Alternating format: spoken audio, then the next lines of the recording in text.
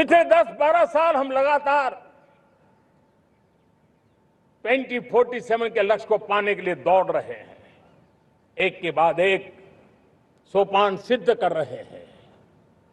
हमने सोचा भी नहीं था कि हमें इसमें भी कुछ मुसीबतों का झेलना पड़ेगा। पिछले 10-12 वर्ष में कितने संकटों का सामना करना पड़ा।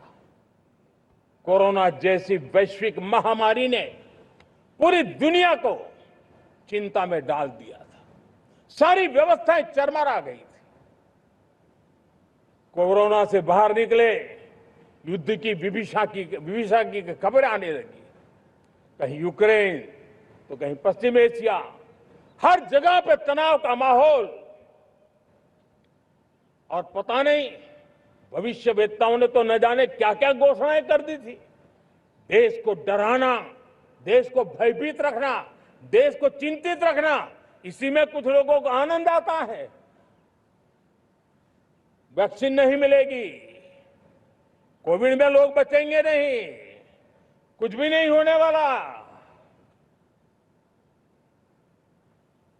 वेस्ट एशिया का क्राइसिस आया, पेट्रोल पंप पे पेट्रोल नहीं मिलेगा, गैस नहीं मिलेगा, डीजल नहीं मिलेगा, फर्टिलाइजर नहीं मिलेगा।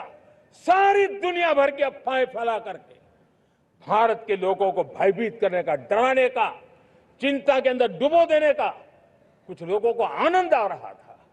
लेकिन देश ने देख लिया कि पिछले 10-12 साल की सुविचारित योजनाएं रंग ला रही है और हम इतने बड़े संकट के बावजूद भी नागरिक देवो भव के मंत्र को लेकर के जीते हुए भारत ने जो तैयारियां की थी, एक के बाद एक कदम उठाया था।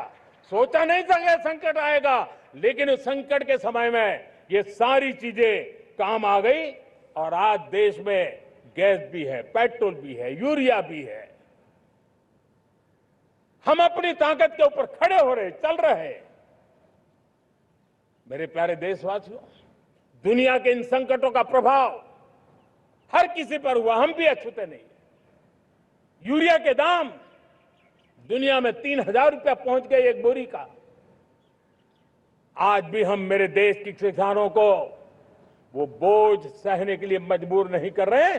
सरकार अपने कंधों पर वो बोझ उठा रहा है और दुनिया से जो 3,000 रुपया में यूरिया का बोरा हमें मिलता है, वो हमारे किसानों को हम सिर्फ 300 रुपये में दे पाते हैं। इतना ही नहीं, डीएपी आज दुनिया में बाजार 5,000 पहुंच चुका है।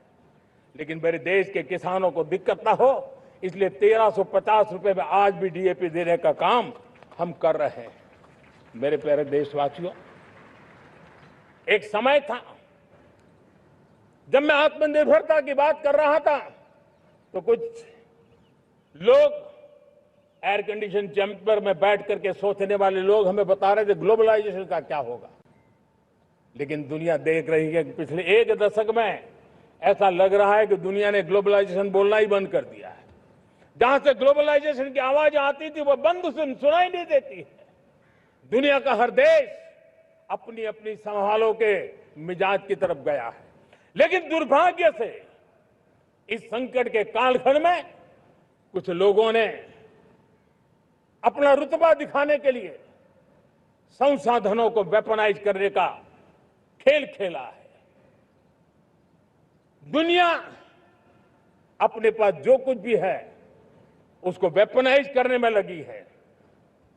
संसाधनों का वेपनाइज, रिसोर्स का वेपनाइज, पेट्रोल, डीजल, फर्टिलाइजर, दवाइयां, टेक्नोलॉजी की चिप्स। इतना ही नहीं, भूभाग को भी वेपनाइज किया जा रहा है।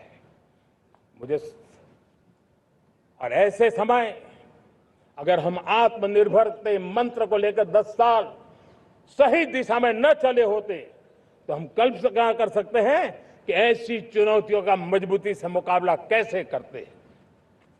और हमारी तैयारियां निरंतर बढ़ती जा रही है। मेरे प्यारे देशवासियों, दूसरी तरफ आज भारत का प्रोफाइल पूरी तरफ बढ़ रहा है। आज भारत दुनिया के लिए एक स्वीकृत और सम्मानीय देश के रूप में बन रहा है। भारत के पास स्थिर पॉलिटिकल मैंडेट है, स्थिर सरकार है, भारत का वाइब्रेंट लोकतंत्र है, भारत का मजबूत न्याय तंत्र है और हम सबको दिशा देने वाला भारत का संविधान है।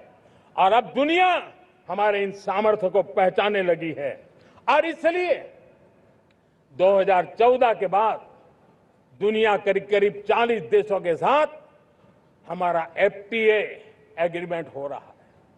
अब देखिए कितना बड़ा अवसर आया है, लेकिन ये जो ट्रेड एग्रीमेंट्स हुए हैं ये एक बहुत बड़ा अवसर है और इसलिए खास करके मैं मेरे एमएसएमईज को कहना चाहूंगा कि हमें इस मौके को छोड़ना नहीं है।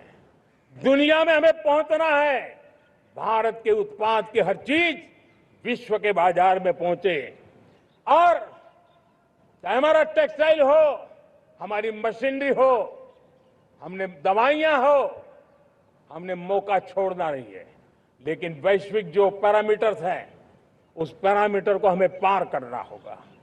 हमें दुनिया से जो मिलता है उसे अच्छा देना पड़ेगा, दुनिया में जो मिलता है उसे सस्ता देना पड़ेगा। और पंजाब के लुधियाना से लेकर के तमिलनाडु के तिरुपुर तक हमारा टेक्सटाइल सेक्टर दुनिया में पहुंच सकता है। इतना ही नहीं, केरलम से लेकर के गुजरात और तमिलनाडु से लेकर के बंगाल, ये हमारा समुद्री तट, हमारे मछुआरे भाई बहन आज इस एफटीए के कारण हमारे श्रिप यानी झींगा उसके एक्सपोर्ट की बहुत संभावना बनी है। हमारे सी फूड की दुनिया में पहुंच बनने की संभावना पड़ी हुई है और इसलिए मैं चाहूंगा कि हम इस परिस्थिति का फायदा उठाते हुए हम आगे चलते हुए हम इन कामों को पार करने के लिए प्रयास करें।